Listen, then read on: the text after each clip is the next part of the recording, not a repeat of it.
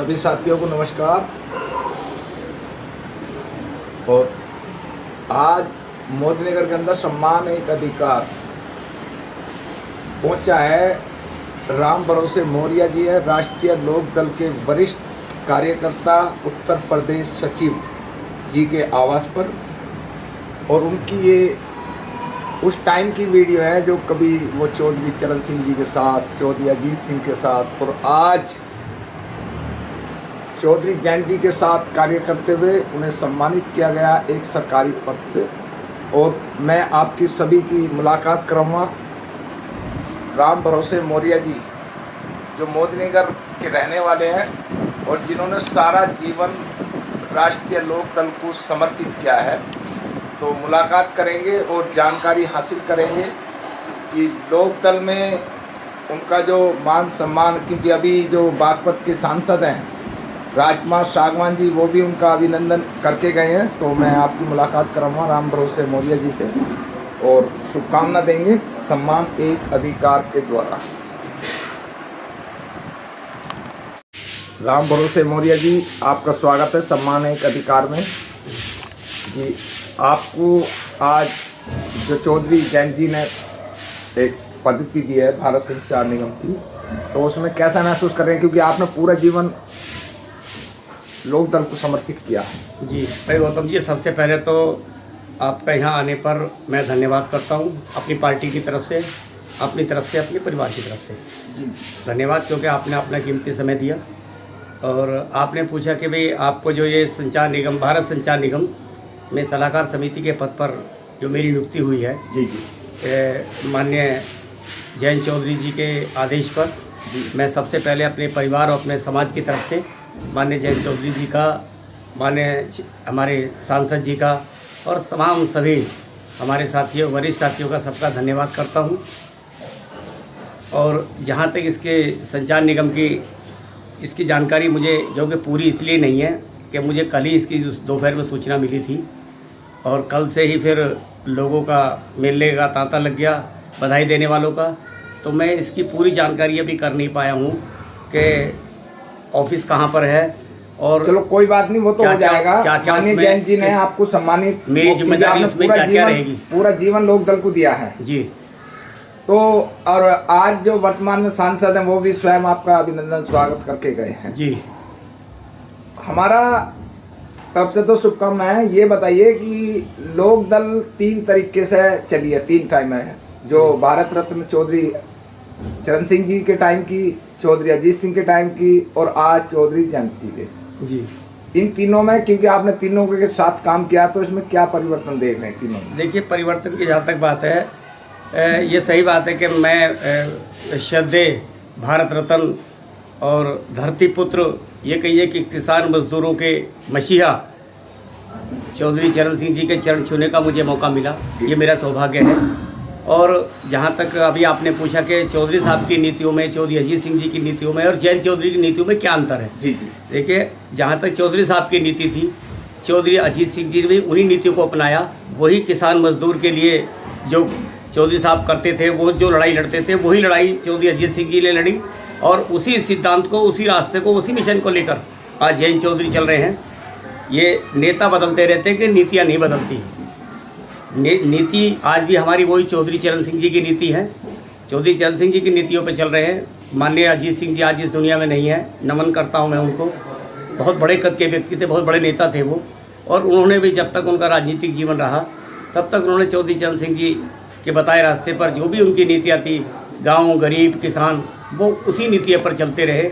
और उनके बाद में जो ये विरासत संभाली है आदरणीय जैन चौधरी जी ने, बहुत ही अच्छी पढ़े लिखे व्यक्ति हैं और बहुत ही सूझबूझ से, और चौधरी चरण सिंह जी की छवि उनके अंदर है। और किसानों और मज़दूरों की सबसे बड़ी बात तो ये है कि वो जो भी आदमी उनसे मिलने जाता है या मिलता है, उसकी बात को सुनते हैं, समझते हैं और बड़ा सोच समझ के इसका जवाब देते हैं। और जैन चौधरी उन्हीं पद चिन्हों पर चल रहे हैं जो चौधरी चरण सिंह का दिखाया हुआ रास्ता है, चौधरी अजीत सिंह जी का बताया हुआ रास्ता है। हम जो महसूस करते हैं, चौधरी चरण सिंह जी चौधरी अजीत सिंह से ज़्यादा जो विस्तार कराया पार्टी का, वो जैन चौधरी जी ने कराया। नहीं, ऐसा नहीं है। देखिए, चौधरी जैन जी मेहनत कर रहे हैं। हाँ। और पार्टी का विस्तार तो होना भी चाहिए, ये सही बात है। हम सब लोग पार्टी के वर्कर हैं, लेकिन चौधरी चरण सिंह इस 2 बार प्रदेश के मुख्यमंत्री रहे, जी जी भारत के प्रधानमंत्री रहे जी चौधरी अजीत सिंह जी 4 बार केंद्र में मिनिस्टर रहे। जी। तो ऐसा नहीं है कि नहीं, भी बहुत बड़े स्तर पर रहे वो, और अब भी जयंत चौधरी हमारे कैबिनेट दिल्ली मंत्री हैं कैबिनेट में जी। तो ऐसा नहीं है कि पार्टी को बढ़ाने का काम कर रहे हैं। राष्ट्रीय लोकदल को एक समाज की ज्यादा पार्टी का जो है कहा गया है कि भाई जाट समाज के, और दूसरे समाज से जो लोग आते हैं वो लोग थोड़ा डरते थे लोकदल को ज्वाइन करने में, ऐसा आपने महसूस किया कभी? लेकिन एक बात बताइए, आप इसका जवाब आप खुद ही दे रहे हैं।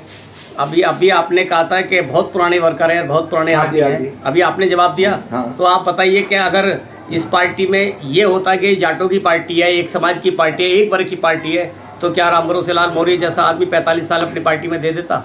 बिल्कुल नहीं देता। और मेरे जैसे अभी बहुत लोग हैं, ठाकुर समाज से भी हैं, अन्य वैश्य समाज से भी हैं, और जहाँ तक सैन समाज से भी हैं, बहुत समाज के लोग जो हमारे साथ जुड़े हुए हैं। ऐसा नहीं है कि ये जाटों की पार्टी है, नहीं, बल्कि चौधरी साहब हों, अजीत सिंह जी रहे हों, और चाहे जयंत चौधरी जी हों, जितना सम्मान वो इन लोगों को देते हैं जो शोषित हैं, पीड़ित हैं, दलित हैं, अगड़े पिछड़े हैं, इनको देते हैं, बहुत ज़्यादा सम्मान देते हैं वो। ऐसा नहीं है ये किसी ने गलत बताया आपको कि चौधरी साहब ये पार्टी ऐसे का काम है, हमारा व्यक्तिगत तो कुछ है नहीं हमारा। नहीं, ऐसे नहीं है, बिल्कुल ये सभी की पार्टी है। राष्ट्रीय लोकदल पार्टी किसानों की पार्टी है, मजदूरों की पार्टी है, और जिनकी आवाज़ सबसे नीचे के पायदान के व्यक्ति, जिनकी कोई आवाज़ ना उठाता हो, उनकी आवाज़ उठाने वाली ये पार्टी है।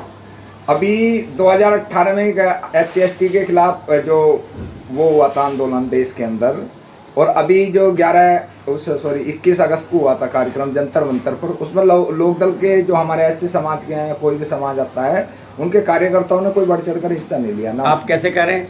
यहाँ आप गलत कर रहे हैं। नहीं बताइए। सबसे पहली बात तो है जो 2018 में होता उससे मुझ पर खुद 1 दर्जन मुकदमे लगे थे। जी जी। 2018 में जो आंदोलन हुआ था, जी जी, उसमें खुद मुझ पे 1 दर्जन मुकदमे लगे थे जी। FIR देख सकते हैं आप। अच्छा। वो और मेरे साथ बहुत लोग थे इस तरीके के जी जी, जो उसमें हिस्सा लिया आंदोलन में। हाँ। और दूसरा जो सा अभी ये हुआ है आंदोलन, जिसमें ये कहा गया भाई क्रीमी लेयर में वर्गीकरण की बात आई है कि भाई आरक्षण में जो है वो वर्ग यानी कि अलग उसकी बात आई है। इसमें भी ऐसा नहीं है। आप ये देखिए, जब कोई आंदोलन चलता है तो उसमें ये तो बाबा साहब के समय पे भी था, ये नहीं था कि अकेले बाबा साहब के साथ दलित लोग थे, नहीं। बाबा साहब से किसी आदमी ने ये कहा, जब बाबा साहब यात्रा कर रहे थे, चौधार तालाब के लिए कर रहे थे, कालाराम मंदिर के लिए कर रहे थे, तो उन्होंने कहा कि हम लोग कुछ दूसरी जाति के हैं, क्या हम भी इसमें हिस्सा ले सकते हैं? तो बाबा साहब ने कहा मैंने किसी का विरोधी नहीं हूँ, ना मैं जाट का ब्राह्मण का विरोधी हूँ, ना मैं वैश्य का विरोधी हूँ, ना ही मैं किसी ठाकुर का विरोधी हूँ, मैं तो सिर्फ ब्राह्मणवाद का विरोधी हूँ, मैं ठाकुरवाद का विरोधी हूँ। तो ऐसा नहीं है इसमें। ये जो आरक्षण का मुद्दा है, इसमें सब लोग साथ दे रहे हैं, हर बिरादरी का साथ है। अगर साथ एक ही जाति से कभी कोई पार्टी नहीं चलती, कभी सरकार नहीं चलती, और ना ही कोई संगठन चलता है। 45 साल लोकदल को दे दिया, पूरा जीवन दे दिया। आप लोग तो वरिष्ठ कार्यकर्ता, वरिष्ठ पदाधिकारी हैं, तो ऐसे समाज को ज्यादातर जोड़ नहीं पाए लोग लोकदल से। नहीं, ऐसा नहीं है। देखिए अनिल जी अभी हमारे प्रदेश में मंत्री हैं, जाटव समाज से हैं। हाँ, समझे। अभी नरेंद्र खजूरी जी हैं, SC/ST का, उन्हें जो उत्तर प्रदेश का आयोग का सदस्य बनाया गया है, और वो मुझसे भी सीनियर आए हैं, वो मुझसे भी सीनियर हैं। तो ऐसा नहीं है। दिल्ली में भी हमारे कई लोग ऐसे जो SC/ST जुड़े हुए हैं, प्रबुद्ध कुमार जी हैं, KP सिंह जी हैं, OP सागर साहब हैं, जो यहाँ के IG से रिटायर होकर आए हैं, वो लोग हैं, हम लोग हैं, बहुत लोग जुड़े हुए लोग। KP चौधरी और OP सागर जी कोई नेता नहीं है, और ना उन्होंने वो ऑफिसर रैंक है। नेता आप हैं, आपने दिया अपना। लेकिन इस वक्त तो वो नेता है। ऐसा पार्टी ज्वाइन करने से नेता नहीं होते। OP चौधरी के पास 50 तो आदमी नहीं है आज तक, OP सागर के पास नहीं है। देखो ये मैं मैं कह सकता हूँ ना, मैं कर रहा हूँ ना सवाल, वो खड़े होकर जो जोड़ के दिखाएं वो, ये भाई मेरे पास 100 आदमी है। गौतम जी ये बात मैं नहीं कह सकता कि मैं कह सकता हूँ ना, मैं जानता हूँ ना। अब एक बात बताइए, अगर यही आदमी को ये छोड़ के दिया जाएगा, इसके पास पार्टियां पोस्ट के हिसाब से उन्हें पद दे रही हैं, लेकिन वो अपनी आप एक जमीनी स्तर के कार्यकर्ता, मैं आपको बहुत सम्मान करता हूँ, बहुत बचपन से मैं आपको जानता हूँ, आपका नाम सुना है मैंने, इसीलिए मैं यहाँ आपके लिए आया हूँ कि भाई मेरी तरफ से तो हार्दिक शुभकामनाएं। लेकिन निवेदन ये है कि लोकदल को जो अब बढ़िया तरीके से जो जयंत जी अपनी छवि बहुत लोगों को होने के साथ बहुत लोगों को जोड़ रहे हैं, तो हर समाज के लोग जुड़ रहे हैं। जी जी। आज लोकदल में ये स्थिति है कि हर समाज का लोग जुड़ रहा है। पहले भी जुड़े हुए थे, आज भी जुड़ रहे हैं, आज ज्यादा तादाद में जुड़ रहे हैं, युवा जुड़ रहे हैं। बहुत युवा ऐसे हैं जो आ रहे हैं, बहुत युवा जुड़ रहे हैं कि भाई हम लोकदल की सदस्यता के लिए गए। क्योंकि सबसे बड़ी बात ये रही है कि महान नेता हमारे चौधरी चरण सिंह जी, उनकी तरफ को जब तक विपक्ष के थे, विपक्ष भी कहते थे नहीं चौधरी साहब एक ईमानदार आदमी है, चौधरी अजीत सिंह की तरफ को भी कभी किसी ने कोई उंगली नहीं उठाई। जी जी समझे। आज वही जयंत चौधरी जी की है, जयंत चौधरी जी की ईमानदारी से काम कर रहे हैं, इसलिए पार्टी का वो हो रहा है कि सब लोग ये सोच रहे हैं भाई हम जहाँ हर जगह पार्टी में घूम लिए, लेकिन हमें ये दिखाई दिया भाई ये पार्टी ऐसे कि आज तक 3 पीढ़ी में कभी किसी की तरफ को कोई उंगली नहीं उठी कि अभी भ्रष्टाचार से संबंधित है या किसी उससे संबंधित है। नहीं, ऐसा कुछ नहीं है। हमारे नेता जो है जयंत चौधरी कोई सपोर्टी ऐसी नृत्य के नहीं मिल सकते। आप किसी की समस्या तुरंत सुनते हैं, समाधान करने की पूरी कोशिश करते भी है समाधान। अभी उन्होंने छपरौली के अंदर जो है 50 लाख की योजना दी है, वहाँ पे बच्चों को जो है जो उनका स्टेम उनका विभाग है जी जी जो उस कौशल विकास योजना का जो चल रहा है विभाग है उनका, जिसके वो मंत्री हैं। अभी उन्होंने वहाँ 5-4 वैन लगाई हैं जो बच्चों को प्रशिक्षण देगी, उनमें कंप्यूटर वगैरह लगाए गए हैं और वहाँ पे बहुत कार्य कर रहे हैं वो। तो अब ऐसा नहीं है कि भाई जयंत चौधरी आपने चुनाव लड़ा, जब उसमें किसी एक जाति के लोग नहीं होंगे। आपको एक आध चुनाव लड़ाया गया पार्टी की तरफ से? जी हाँ, मैंने जिला पंचायत का चुनाव लड़ा था। अच्छा अच्छा, हाँ, जीत गए थे आप? 2 जने जी, मैं जो ना उस टाइम हार गया था। जी जी, क्योंकि हर चीज़ की एक लहर होती है, तो मैं उस टाइम चुनाव हार गया था। उसके बाद में दोबारा मुझे लड़ाने की बात आई थी, मुझसे ये कहा था कि आप हापुड़ से विधानसभा लड़ लीजिए जी। तो मैंने कहा नहीं जी, हापुड़ मुझे पता है कि मैं अभी जीत नहीं सकता, इसलिए मेरा खड़ा होना ठीक नहीं है। जी जी, मैंने मना कर दिया। इसके बाद में जो है फिर अब ये चेयरमैनी की बात आई थी, जो मोदी नगर में चेयरमैनी हुई है। जी जी, तो जब कोर कमेटी की मीटिंग हुई, उसमें तमाम विधायक या हमारे सांसद एक्स सांसद जो भी थे सभी थे मौजूद जी। और उसमें जो है मुझसे पूछा गया कि भाई जैसे वहाँ आया कि भाई मौर्य जी आप तो सबसे पुराने आदमी हैं और आप ही चुनाव लड़ेंगे जी। उन्होंने मना कर दिया कि नहीं, कोई नहीं लड़ेगा, कोई नहीं, बस आप ही का नाम रखा जाएगा इसमें। मेरा नाम रखा गया था। जैन जी ने मुझसे खुद कहा मौर्य जी आप चुनाव लड़िए, लेकिन कुछ परिस्थितियाँ ऐसी थी कि मैंने उनको कह दिया कि मैं नहीं लड़ सकता, तो इसके लिए मैं क्षमा प्रार्थी हूँ कि भाई तो और किसी को बताइए। तो मैंने एक लड़के का नाम प्रस्तुत कर दिया था जो लड़ा था, वो किसी तरीके से नहीं लोगों को जुड़ पाया या लोग उससे जुड़ नहीं पाए। जी इसके बारे में मैं कुछ नहीं कह सकता क्योंकि तो भाई वो जाने।